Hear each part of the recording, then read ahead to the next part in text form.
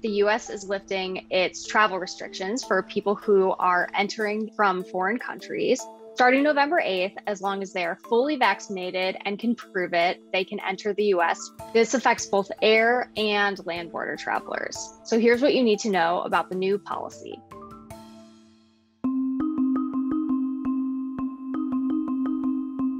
During the pandemic, there were travel bans imposed by the Trump administration, and the new rules that are going into effect replace those bans. Starting November 8th, foreign nationals will be allowed to enter the US if they are fully vaccinated and can show proof of vaccination. They also need to have a negative COVID test taken within 3 days if they're traveling by air, but that negative COVID test is not necessary if they're traveling by land.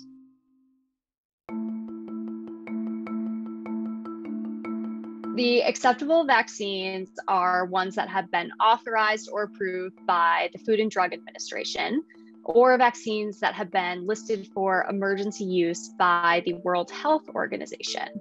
So that includes the Pfizer vaccine, Moderna, Johnson & Johnson, as well as AstraZeneca and China's Sinopharm and Sinovac vaccines. Russia's Sputnik V vaccine has not been authorized or approved by the FDA or WHO.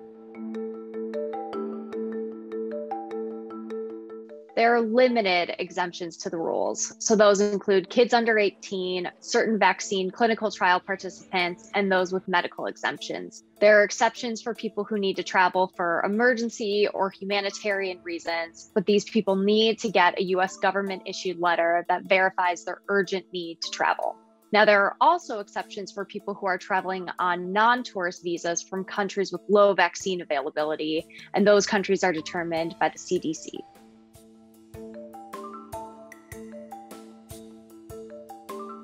There are also changes for US citizens and lawful permanent residents who are returning from abroad by air.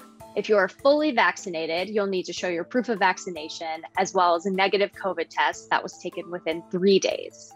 But if you are unvaccinated, you will need to show a negative COVID test that was taken within 1 day. So kids who are under 18 are exempted from the vaccination requirements. And this is because some younger kids are currently ineligible for vaccination, and the vaccine availability for kids varies across the globe. But kids between the ages of 2 and 17 do need to take a pre-departure COVID test if they're flying, and that's regardless of their citizenship.